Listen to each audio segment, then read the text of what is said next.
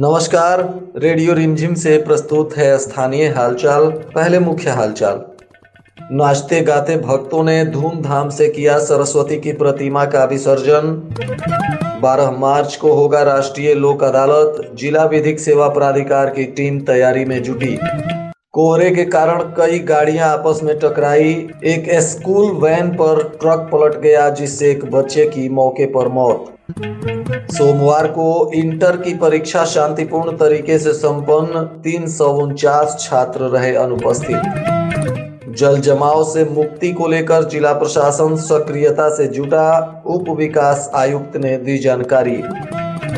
स्थानीय हालचाल के इस अंक के साथ मैं अनिकेत मिश्र। अब हालचाल विस्तार से।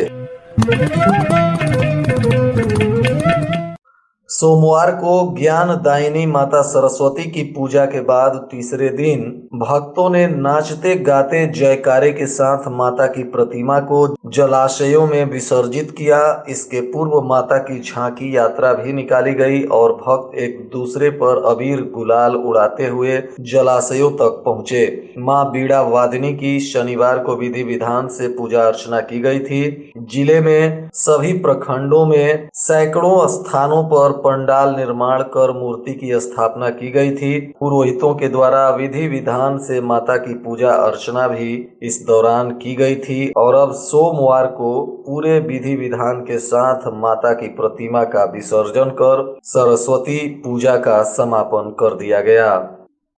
जिले में 12 मार्च को राष्ट्रीय लोक अदालत का आयोजन होना है। इसके लिए जिला विधिक सेवा प्राधिकार के सचिव माननीय न्यायाधीश बालेंदु शुक्ला की अध्यक्षता में जिले के सभी प्रखंडों से आए पंचायती राज पदाधिकारियों के साथ एक बैठक की गई, जिसमें पंचायत स्तर तक के ऐसे लंबित मामले जिसका निष्पादन राष्ट्रीय लोक अदालत के माध्यम से किया जा सकता है, उसको लेकर यह निर्णय लिया गया कि ऐसे मामलों को चिन्हित किया जाएगा तथा उस पर पहल करते हुए 12 मार्च 2022 को इन सभी मामलों का निष्पादन करने का प्रयास किया जाएगा। इसके लिए आम जनता से भी अपील किया जा रहा है कि लोग अपने मामलों को राष्ट्रीय लोक अदालत के माध्यम से निष्पादित कराने के लिए जिला विधिक सेवा प्राधिकार की टीम से मिलकर इसकी जानकारी हासिल कर सकते हैं।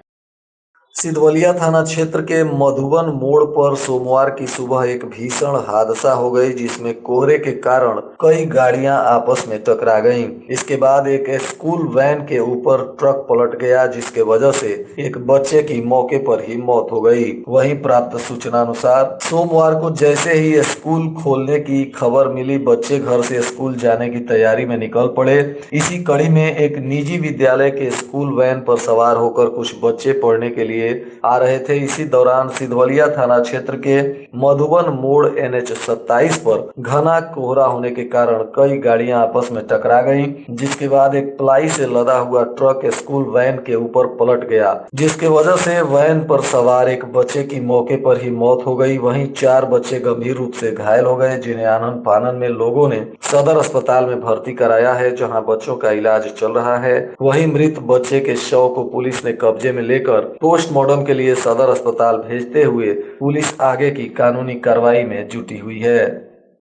सोमवार को जिले के विभिन्न परीक्षा केंद्रों पर शांतिपूर्ण तरीके से इंटरमीडिएट की परीक्षा संपन्न हुई। जिला प्रशासन ने रिपोर्ट जारी करते हुए बताया है कि जिले के 25 परीक्षा केंद्रों पर प्रथम पाली में कुल 16,067 परीक्षार्थियों में से 130 परीक्षार्थी अनुपस्थित रहे, तो वहीं दूसरी पाली में 10,578 परीक्षार्थियों में से 219 परीक्षार्थी अनुपस्थित रहे। इस तरह से कुल 349 परीक्षार्थी दोनों पालियों में अनुपस्थित पाए गए हैं। हालांकि सभी केंद्रों पर सुरक्षा के व्यापक इंतजाम किए गए हैं और जिला प्रशासन कदाचार मुक्त परीक्षा होने का दावा भी कर रहा है। गोपालगंज के उप विकास आयुक्त अभिषेक रंजन ने पत्रकारों से बात करते हुए बताया कि जिला प्रशासन इस वक्त मुख्य रूप से जल जमाव की समस्या से निजात पाने पर काम कर रहा है और इसके तहत जिले के तालाबों की सफाई, जीर्णोद्धार, पईन की सफाई के साथ साथ छाड़ी नदी पर भी जल्द ही सफाई करते हुए काम किया जाएगा। इसके अलावे जहां भी खेतों में पानी जमने की समस्या आ रही है, वहां पर भी जिला प्रशासन उसकी जाँच पड़ताल कराते हुए नाला नाला के माध्यम से जल निकासी की योजना पर काम कर रहा है। इस दौरान उप विकास आयुक्त महोदय ने बताया कि नल जल योजना में जहां कहीं भी अनियमितता पाई जा रही है वहां कार्रवाई की जा रही है तथा उसके रख रखाव के लिए स्थानीय मुखिया के पास 15वें वित्त आयोग के माध्यम से फंड भी मुहैया कराया गया है तथा जो लोग इसका इस्तेमाल कर रहे हैं उनको भी 1 रुपए प्रतिदिन के दर से भुगतान करना है और यह पैसा भी नल जल योजना के रख रखाव में खर्च किया जाएगा।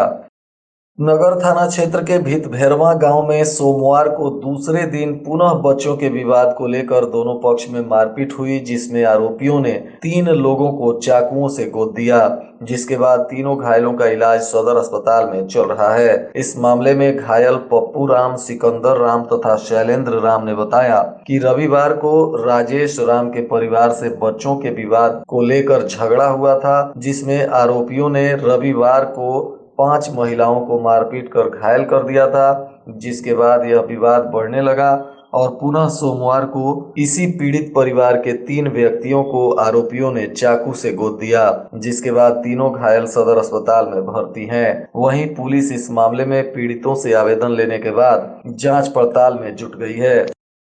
जिले में कोरोना संक्रमण की तमाम चुनौतियों के बीच अन्य सेवाओं को सुचारू करने का प्रयास किया जा रहा है। कुपोषण मुक्त समाज की परिकल्पना को साकार करने तथा सुरक्षित प्रसव को बढ़ावा देने का भी प्रयास हो रहा है। इसी के तहत आंगनबाड़ी केंद्रों पर सेविकाओं द्वारा गर्भवती महिलाओं की गोद भराई कराई गई। गोद भराई में गर्भवती महिला को पोषण की पोटली उपहार स्वरूप दी गई। इसमें गुड़, चना, हरी सब्जियां, आयरन की गोलियां, ताजे फल आदि उपलब्ध थे। भोरे पुलिस ने गुप्त सूचना के आधार पर थाना क्षेत्र के खजूरहा गांव में छापेमारी करते हुए एक गुमटी में शराब बेच रहे मुन्ना अंसारी को भोरे पुलिस ने गिरफ्तार कर लिया है, जिसके बाद मुन्ना अंसारी पर उत्पाद अधिनियम के तहत मामला दर्ज करते हुए न्यायिक हिरासत में जेल भेज दिया गया। उसकी गुमटी और शराब को पुलिस ने जब्त कर लिया है। भोरे के नारू चकरवा गांव से एक किशोरी के लापता होने का मामला सामने आया है, जिसमें किशोरी के पिता भूलन भगत ने थाने में प्राथमिकी दर्ज कराई है और उन्होंने कहा है कि उनकी 17 वर्षीय पुत्री श्वेता बीते गुरुवार से अचानक ही लापता हो गई है। काफी खोजबीन के बाद भी उसका कहीं पता नहीं चल पा रहा है। पुलिस इस मामले में आवेदन मिलने के बाद तफ्तीश करने में जुट गई है। भोरे प्रखंड के उत्क्रमित उच्च विद्यालय लामी चौर के परिसर में विद्यालय परिवार के द्वारा स्वर कोकिला लता मंगेशकर के निधन पर भावभीनी श्रद्धांजलि अर्पित कर 2 मिनट का मौन धारण किया गया तथा लता दीदी के मृत आत्मा की शांति के लिए ईश्वर से प्रार्थना की गई। कामेश्वर सिंह संस्कृत विश्वविद्यालय दरभंगा के प्रति कुलपति सोमवार को भोरे पहुंचे, जहां उनका भव्य स्वागत किया गया। बताते चले कि बीपीएस कॉलेज भोरे के पूर्व प्राचार्य वर्तमान में कामेश्वर सिंह संस्कृत विश्वविद्यालय दरभंगा के प्रति कुलपति डॉक्टर सिद्धार्थ शंकर सिंह बनाए गए हैं, जो सोमवार को विजयपुर के श्रीराम संस्कृत कॉलेज का औचक निरीक्षण करने पहुंचे थे। निरीक्षण के बाद वे भोरे के बीपीएस कॉलेज पहुंचे, जहां कॉलेज परिवार की तरफ से उनका भव्य स्वागत किया गया। भोरे थाना क्षेत्र के महरा देउर में एक युवक ने पेड़ से लटक कर खुदकुशी कर ली, जिसका शव बरामद कर पुलिस ने पोस्टमार्टम के लिए सदर अस्पताल भेज दिया। प्राप्त सूचना अनुसार पीपल के पेड़ पर यह शव लटका हुआ मिला, जिसके बाद पूरे क्षेत्र में सनसनी फैल गई और लोगों ने पुलिस को इसकी जानकारी दी। पुलिस मौके पर पहुंची और शव को पेड़ से नीचे उतरवाया, जिसके बाद इस युवक की पहचान जितेश कुमार चौहान के रूप में की गई है। यह युवक महरा देउर का ही रहने वाला बताया जा रहा है और मृतक के घर के पीछे ही पीपल का पेड़ है, जहां यह शव लटका हुआ मिला था। वहीं मृतक की मां ने पुलिस को दिए बयान में युवक के डिप्रेशन में होने की बात बताई है। हालांकि पुलिस शव को पोस्टमार्टम कराने के बाद इस मामले की तफ्तीश में जुटी हुई है। गोपालगंज में सोमवार को आई जांच रिपोर्ट के अनुसार विभिन्न क्षेत्रों से 9 लोग कोरोना से संक्रमित पाए गए हैं, तो वहीं 13 लोगों को डिस्चार्ज भी किया गया है। वर्तमान में गोपालगंज जिले के विभिन्न क्षेत्रों में 73 लोग संक्रमित हैं, जो अभी भी होम आइसोलेशन में रह रहे हैं। हालांकि अब पाबंदियां अधिकांश क्षेत्रों से हटा दी गई हैं, परंतु जिला प्रशासन लोगों से सावधानी रखने का निवेदन कर रहा है। सभी लोग पूरी सावधानी के साथ कोविड नियमों का पालन करते हुए ही अपने घर से बाहर निकले हैं। जिले में कोरोना संक्रमण की चुनौतियों के बीच टीकाकरण अभियान को गति देने का प्रयास हो रहा है और 100% टीकाकरण के लक्ष्य को हासिल करने के लिए स्वास्थ्य विभाग ने टीकाकरण अभियान में टीकाकरण एक्सप्रेस के माध्यम से भी लोगों का टीकाकरण करा रहा है और टीकाकरण एक्सप्रेस सुदूर गांव क्षेत्रों में भी जाकर लोगों को टीका देने में सफलता हासिल कर रही है। स्वास्थ्य विभाग ने जानकारी दिया है कि टीकाकरण एक्सप्रेस के माध्यम से बहुत सारे कठिन स्थानों पर भी जाकर लोगों का टीकाकरण किया जा सका है। आज जदयू के प्रदेश अध्यक्ष ने गोपालगंज के जदयू के पूर्व जिला अध्यक्ष प्रमोद कुमार पटेल को जिले के मुख्य प्रवक्ता की जिम्मेदारी सौंपी है, जिसके बाद गोपालगंज जदयू के जिला अध्यक्ष आदित्य शंकर शाही ने प्रमोद पटेल को बधाई और शुभकामनाएं दी हैं। इसके साथ ही गोपालगंज जिले के सभी जदयू नेताओं ने प्रमोद पटेल को बधाई और शुभकामनाएं दी। इस अवसर पर प्रमोद पटेल ने कहा कि वे पार्टी के द्वारा दी गई जिम्मेदारियों का निर्वहन करेंगे और पार्टी के उद्देश्यों की पूर्ति के लिए काम करेंगे। और आज के मौसम का तापमान गोपालगंज में न्यूनतम 10 डिग्री सेल्सियस और अधिकतम 19 डिग्री सेल्सियस रहने की संभावना है। अंत में मुख्य हालचाल एक बार फिर। नाचते गाते भक्तों ने धूमधाम से किया सरस्वती की प्रतिमा का विसर्जन।